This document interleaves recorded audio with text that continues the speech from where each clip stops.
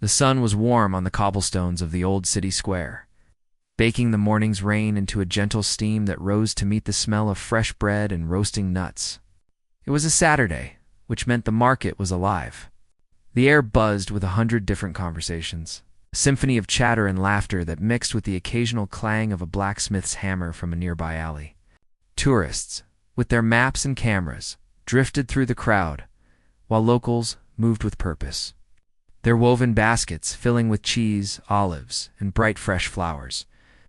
It was a scene of perfect, chaotic life, and in the middle of it all, like a strange, elegant island in a river of people, sat a grand piano. It wasn't just any piano. It was a sleek, black concert grand, its polished surface reflecting the sky and the faces of the curious. It was part of that wonderful city project, Play Me, I'm Yours, a gift to the public. Invitation for anyone with a bit of music in their soul to stop and share it. Most days, it was children who banged on it with gleeful, chaotic noise, or amateur players who fumbled through simple tunes.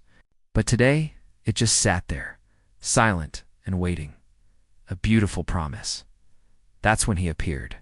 He came from the direction of the old library, moving with a slow, shuffling gait that seemed to fight against the fast-paced current of the crowd. He was an old man, his frame thin and stooped, as if carrying a great weight on his shoulders. His hair was a wild gray cloud, and his face was a roadmap of wrinkles, with deep-set eyes that looked cloudy and distant. His clothes were worn thin, a faded jacket over a shirt that had seen better days, and his trousers were frayed at the hem. He looked like a man who lived on the edges of things, a ghost that drifted through the vibrant world without ever quite touching it. But his eyes, when they fell upon the piano, changed. The cloudiness seemed to lift, replaced by an intensity, a deep and powerful longing that was almost painful to witness. He stopped shuffling and just stood there, a few feet away, his gaze fixed on the black and white keys. He didn't look at the people who had to sidestep to avoid him. He didn't see the colorful stalls or hear the market noise. For him, the world had shrunk to the size of that one gleaming instrument. His hands, which hung loosely at his sides, were gnarled and stained, but his fingers twitched slightly, as if remembering a dance they once knew. Of course he was noticed. It's hard not to notice someone who stands still in a moving crowd. 2 security officers, hired by the Market Association to keep things orderly, were leaning against the wall of a nearby building. The younger one, a man with a sharp jaw and a crisp, clean uniform, nudged his partner with his elbow. "Look at this," he muttered, his voice low and tight. "We've got a live one." It's the older officer, whose uniform was a little more relaxed and whose face carried a few more lines of patience, followed his gaze. He saw the old man, saw the way he was staring at the piano. "Just let him be," the older one said, his voice a calm rumble. "He's not hurting anyone. He's not helping anyone either," the younger one shot back. "You know the rules. No loitering. He looks like he's about to either fall asleep or start a scene. Either way, it's bad for business. Look, people are already giving him a wide berth." A small, invisible bubble of empty space had formed around the old man. Shoppers would glance at him, then quickly look away, pulling their children a little closer. A couple of tourists whispered to each other and pointed, their phones already out, not to capture the beauty of the piano, but the potential oddity of the man, the younger guard, whose name tag read Lars, couldn't stand it. He saw the world in straight lines. There was order and there was disorder. This man was disorder. His job was to restore order. He pushed himself off the wall, his movements stiff and purposeful, and began to walk across the square. His polished boots clicked on the stones, a sound that seemed to cut through the market's happy noise. The crowd parted for him, sensing authority. He stopped directly in front of the old man, blocking his view of the piano. The old man didn't flinch. He just kept staring at the space where the piano used to be, his expression unchanging. "Sir," Lars said, his voice loud and firm, designed to carry, "you need to move along." The old man slowly lifted his head, his eyes blinking as if coming out of a deep trance. He looked at the guard, but there was no fear in his eyes, no defiance. Just a sort of quiet confusion, as if he'd been woken from a dream. "This is a busy walkway," Lars continued, his tone leaving no room for argument. You can't stand here. You're blocking the way." The old man's lips parted slightly, but no sound came out. His gaze flickered past the guard's shoulder, back to the piano. The longing was still there, a palpable thing. Lars's patience was wearing thin. He could feel the eyes of the crowd on him, judging him. He needed to resolve this quickly.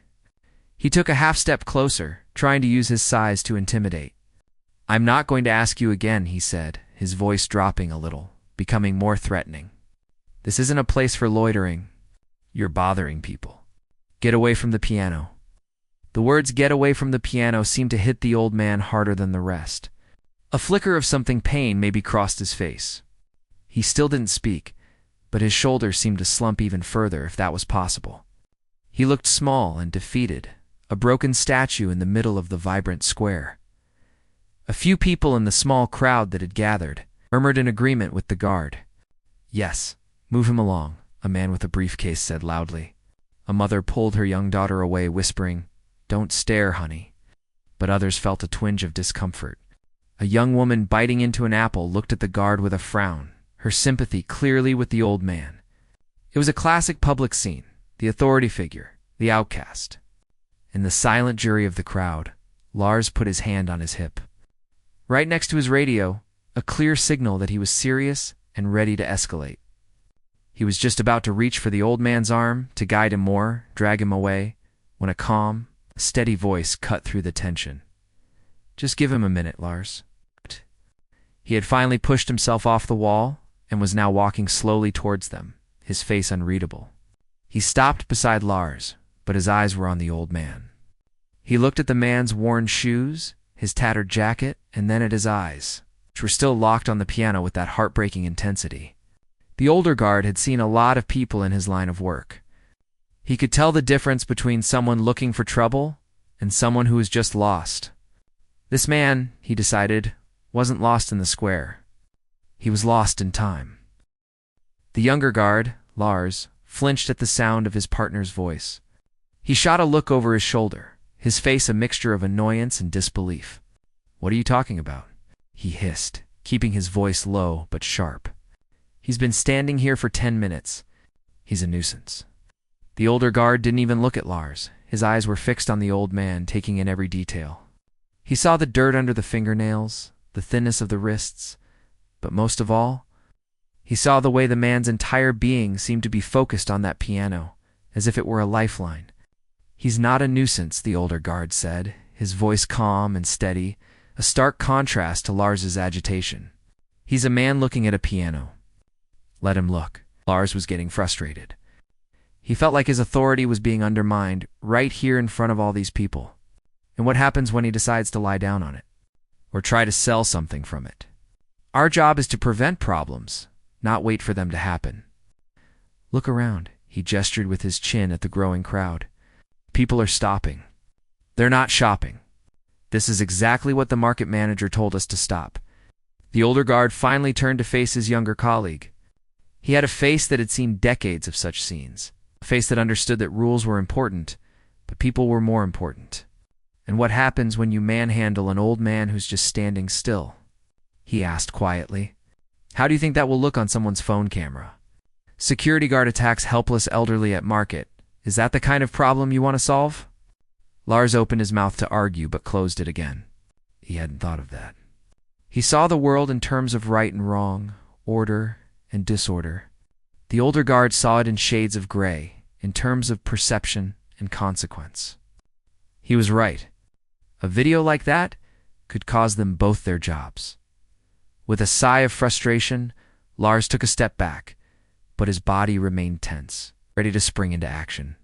"Fine," he grumbled, "but he's got 2 minutes. Then he's gone." The older guard nodded, a small, almost invisible gesture of victory. He then turned his attention back to the old man, who had watched the entire exchange with a passive, detached air. The older guard softened his expression, trying to appear as non-threatening as possible. He took a slow step forward, closing the distance between them. "Sir," he said, his voice much gentler than Lars's had been, "we can't have you blocking the walkway. I'm sure you understand." The old man's gaze drifted from the piano to the guard's face. His eyes were still cloudy, but there was a flicker of something in them now, a hint of understanding. The guard gestured towards the piano bench. "It's a beautiful instrument, isn't it?" he said, making conversation. "They say it's been all over the world. Now it's here for anyone to play." The old man didn't respond, but his eyes returned to the keys, the longing in them even more pronounced now. The older guard felt a pang of something in his chest. It wasn't pity, not exactly. It was more like a recognition of a shared humanity, a sense that this man, despite his appearance, had a story. He had seen that look before, in his own grandfather's eyes, when he talked about the farm he'd lost. It was the look of a man remembering a life that was no longer his. On a whim, feeling more than a thought, the guard asked the question, "Can you?" He started, then paused.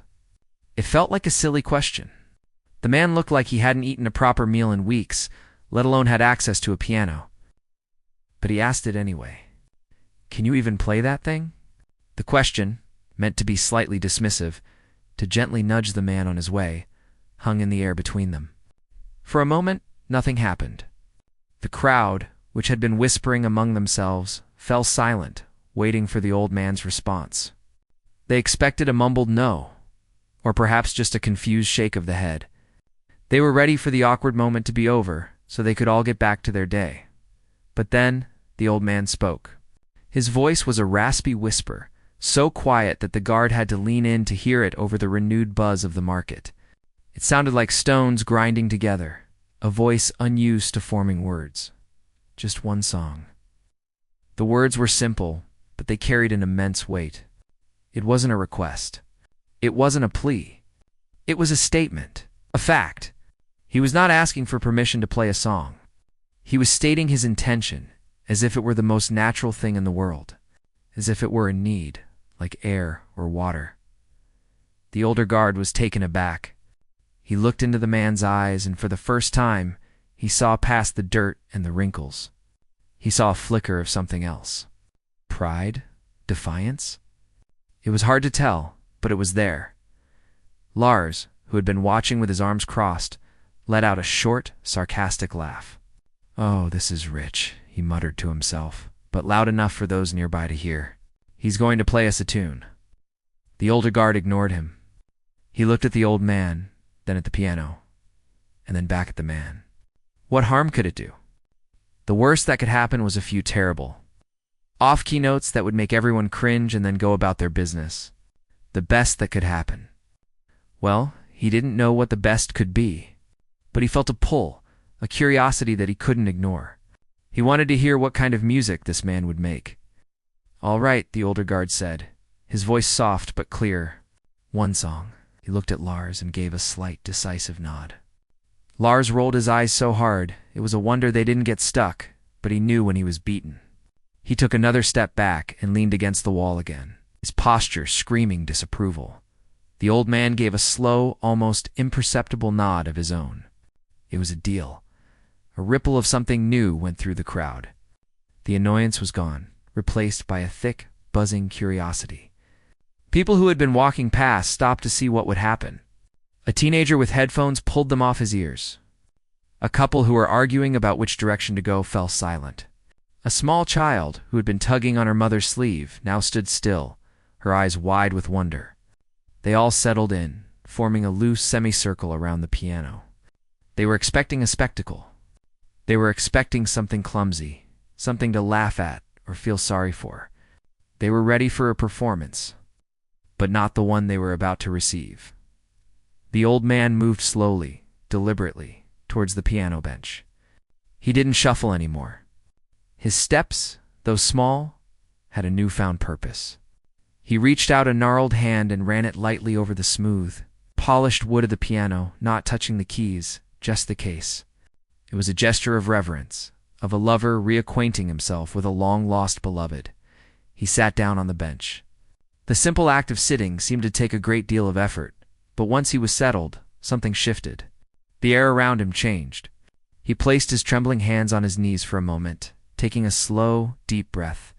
The market noise seemed to fade into a dull roar, then into a hum, and then, for those standing closest, into nothing at all. All they could hear was the sound of their own hearts beating in anticipation. Slowly, he lifted his hands from his lap. They rose into the air and hovered over the keys, his fingers curved slightly as if they were holding an invisible ball.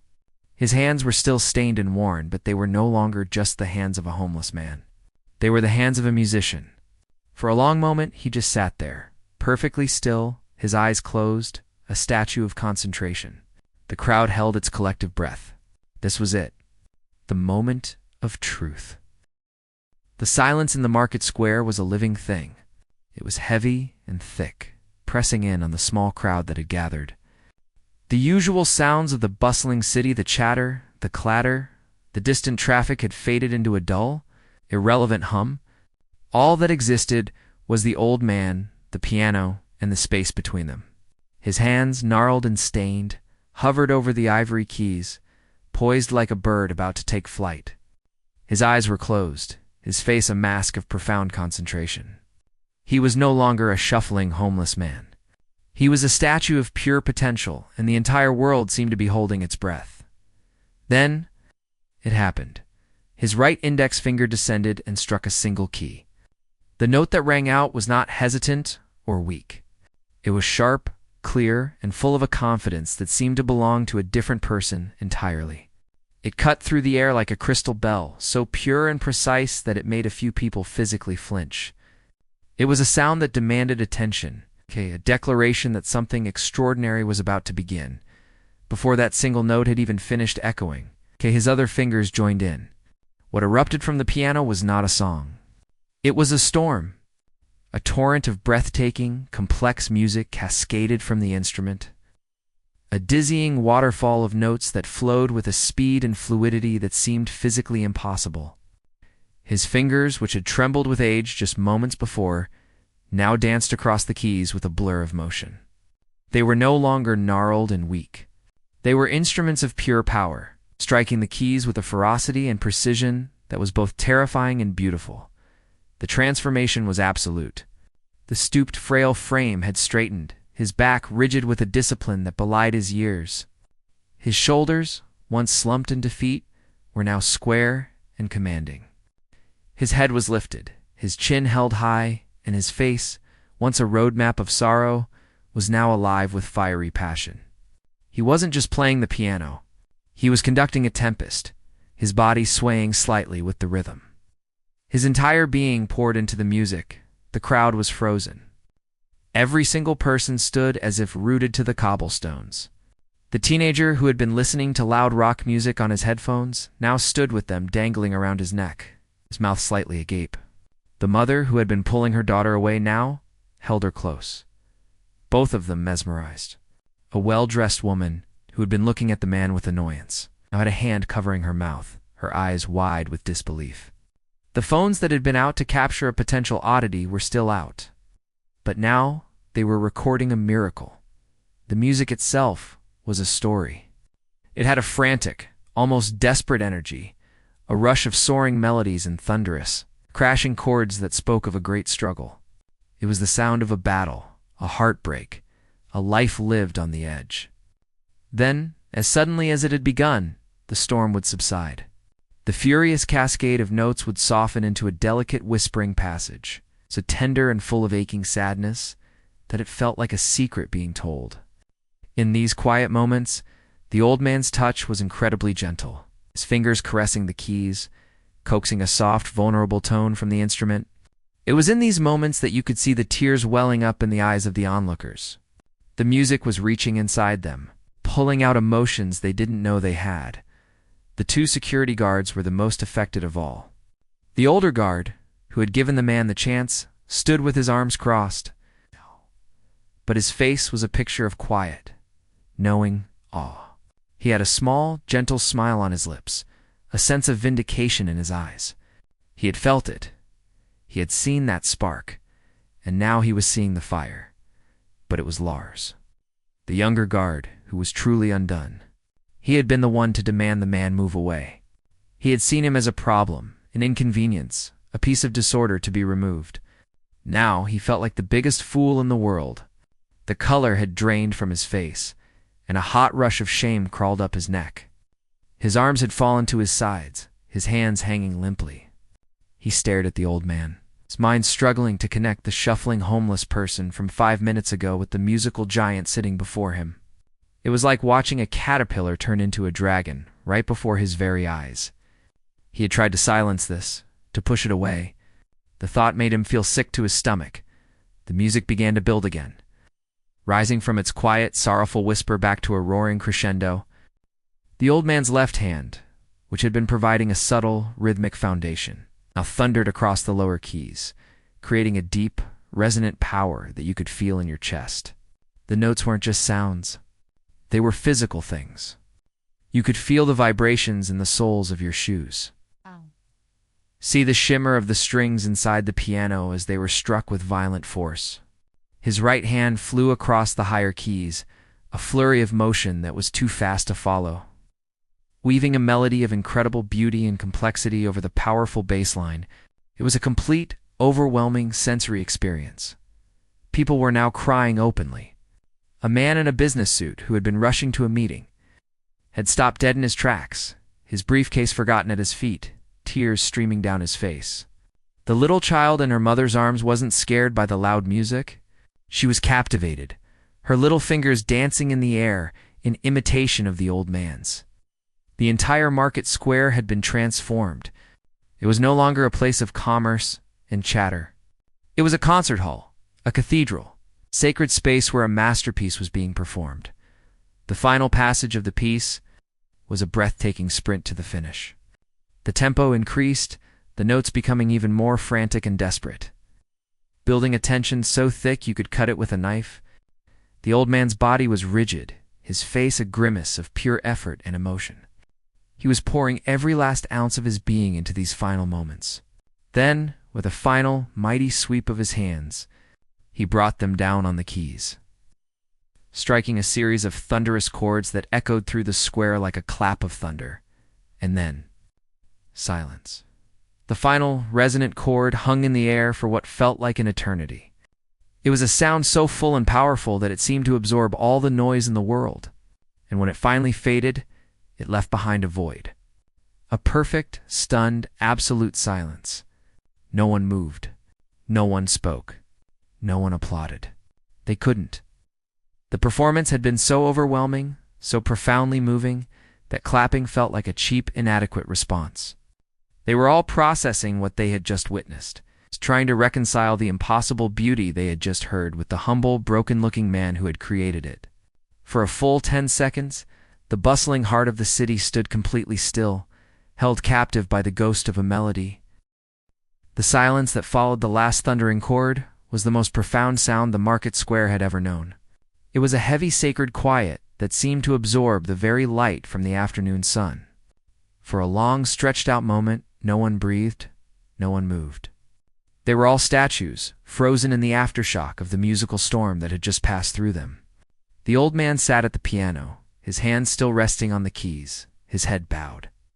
The fierce, passionate energy that had possessed him had vanished, leaving behind an empty shell.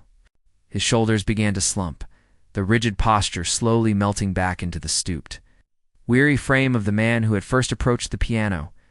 The transformation was reversing itself, the dragon shrinking back into the caterpillar. The first sound to break the spell was a soft, heart-wrenching sob. It came from a young woman standing near the front, her face buried in her hands. Her sob seemed to give everyone else permission to breathe again. A collective, shuddering sigh rippled through the crowd. People began to look at each other, their eyes wide and questioning, as if to ask, "Did you just see what I saw? Did you hear what I heard?" Phones which had been held up to record were now lowered, their owners seemingly realizing that no screen could capture the magic they had just witnessed. The old man slowly, carefully lifted his hands from the keys. He looked at his own fingers for a moment, as if surprised to see them still attached to his arms. Then, with a gesture that was both gentle and final, he reached down and lowered the heavy piano lid. The soft thump, as it settled into place, was like the closing of a book. The story was over.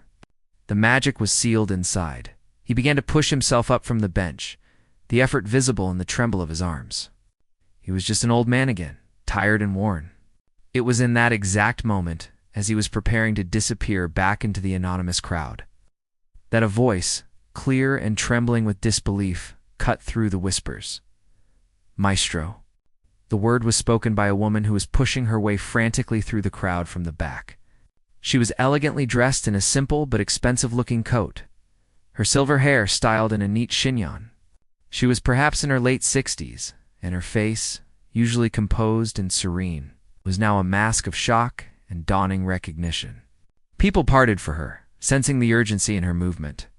She stopped a few feet from the piano, her gloved hand rising to cover her mouth. Her eyes locked on the old man. He froze, half standing, and turned his head slowly towards the sound of the voice. His cloudy eyes met hers, and for the first time that day, a flicker of something other than longing or sorrow appeared in their depths. It was a spark of recognition, faint and distant. Like a candle seen through a thick fog, the woman took a hesitant step closer, her voice dropping to an awestruck whisper, though it was loud enough for those nearby to hear. "It can't be," she breathed, more to herself than to anyone else. "Maestro Emil, is that really you?" A murmur went through the crowd. Maestro. The name sounded so grand, so out of place. People looked from the elegant, tearful woman to the shabby old man, their confusion deepening. The woman seemed to realize that an explanation was needed. She turned to the people around her, her voice gaining a little strength, fueled by the incredible story she had to tell. "You don't understand," she said, her eyes wide. This man was a giant. He wasn't just a piano player. He was the head of the National Conservatory for over 20 years. His name was on every concert poster in this country. People would travel for miles from other countries just to hear him play. She looked back at the old man, her eyes filled with a profound sadness. "I was just a student then," she continued, her voice thick with emotion. "I remember sitting in the concert hall, in the very back row, watching him. He played with such fire, such soul. He could make the piano weep, or sing, or roar. He was the best we had ever heard. The best anyone had ever heard." The crowd was now listening in rapt attention, the pieces of the puzzle beginning to click into place. The impossible skill, the raw emotion, the sheer power of the performance, it all suddenly made sense. This wasn't just a talented homeless man. This was a master who had fallen, and fallen hard. But then, the woman said, her voice dropping again, he vanished. 30 years ago, he just disappeared. One day he was the most celebrated musician in the nation, and the next, he was gone. No one knew where. There were rumors, of course. There are always rumors, but no one ever saw him again. She paused, taking a shaky breath. His wife, she died suddenly in a car accident. They say he loved her more than the music. She was his entire world. When she was gone, I think the music died for him too. He lost everything. His grief, it must have been a burden too heavy to carry along with his fame. The revelation hung in the air, changing the atmosphere completely. The awe they felt was now tinged with a deep, aching pity. The man they saw was no longer just a mystery. He was a tragedy, a living, breathing monument to a great love and a devastating loss.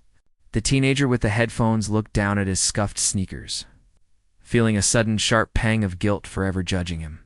The mother held her daughter a little tighter, whispering a quiet prayer for the old man's soul. The two security guards stood like statues at the edge of the crowd.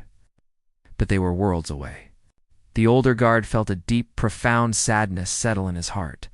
He had suspected there was a story, but he never could have imagined one so grand, so heartbreaking. He looked at the old man not with pity but with a deep and abiding respect.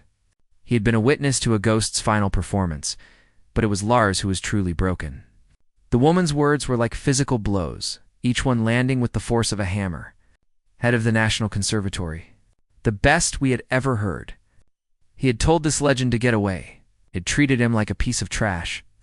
The shame he had felt earlier was now an overwhelming, crushing weight. He felt his face burn with humiliation, and he wished more than anything that he could turn back time just for 5 minutes. He would have stood guard. He would have cleared a space for him. He would have listened. The realization of what he had almost done what he had done, by trying to stop it, was a bitter pill that stuck in his throat. He wasn't just a security guard who had made a mistake. He was a fool who had almost silenced a masterpiece. Through it all, the old man, the maestro, simply stood there. He listened to the woman's story, his expression unreadable. He didn't confirm it, and he didn't deny it. He just let the truth of his past wash over the crowd. Then he offered the woman a small, sad smile. It was a fragile, broken thing, but it was a smile nonetheless. It was an acknowledgement. A ghost of the man he once was, shining through for one last fleeting moment. The small, sad smile that the old man offered the elegant woman was the only answer he would give. It was a fragile, fleeting thing. A crack in the stone of his sorrow that let a tiny beam of light through before it sealed up again. He didn't speak. There was nothing left to say. The music had said it all. His story, once a secret kept by the city's old-timers, was now out in the open, floating in the air like the notes of his final song. He gave a slow, deliberate nod to the woman, a gesture of thanks for her remembering. For her understanding, then, he turned his attention back to the task at hand. He gently ran his hand over the closed piano lid one last time, a final caress. It was a goodbye. With a soft grunt of effort, he pushed himself fully to his feet. His body, which had been so straight and powerful during the performance, seemed to fold in on itself again. The weight of his 30 years of grief, which had been lifted so briefly by the music, came crashing back down onto his thin shoulders. He was once again just an old man, worn and tired. A ghost ready to fade back into the shadows. He began to shuffle away, his eyes downcast, not looking at anyone. He moved as if he hoped to become invisible, to disappear into the crowd before anyone could stop him, before they could offer him help, or money, or fame, all the things he had left behind so long ago, but the crowd didn't stop him. Instead, something remarkable happened. As he moved towards the edge of the semicircle, people began to step back. It wasn't a conscious decision made by one person, but a collective, unspoken movement. The teenager with the headphones took a step back. The mother pulled her daughter gently to the side. The man in the business suit, his face still wet with tears, moved out of the way. They were creating a path for him, a human corridor of silent respect. They understood, on a level deeper than words, that this was not a man to be saved or pitied. This was a king returning to his self-imposed exile, and the only thing they could offer him was a clear path. It was their apology and their tribute. As he reached the edge of the crowd, he came face to face with the two security guards. The older guard stood up straight, removing his hat and holding it in his hands. It was a small gesture, a simple sign of respect for a veteran, for a master. He didn't say anything, but his eyes said it all. "Thank you. I'm sorry. I understand." The old man stopped for a moment and looked at him. He saw the sincerity in the guard's eyes. He gave another slow, tired nod, this one of acknowledgement and acceptance. Then, his gaze shifted to Lars. Lars looked like a man who had seen a ghost. His face was pale, his hands were clenched into fists at his sides, and his eyes were filled with a storm of shame and regret. He opened his mouth, wanting to say something, anything. "I'm sorry," he wanted to scream. "Please, forgive me." But the words were stuck in his throat, choked by the enormity of his mistake. All he could do was stand there, his body rigid, its expression a mixture of horror and awe. The old man looked at him for a long moment. There was no anger in his eyes, no judgment. There was only a deep, quiet understanding, as if he had seen 1,000 men like Lars in his life. Men who followed rules and judged by appearances.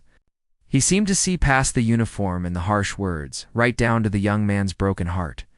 He didn't nod this time. He simply held Lars's gaze for a second longer, a silent forgiveness that was more powerful than any words could have been. Then he turned and shuffled past them, his worn shoes scuffing softly on the cobblestones. He didn't look back.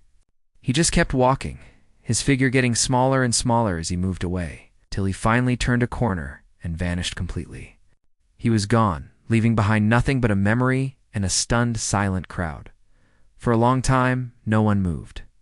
The market square felt hollow, empty.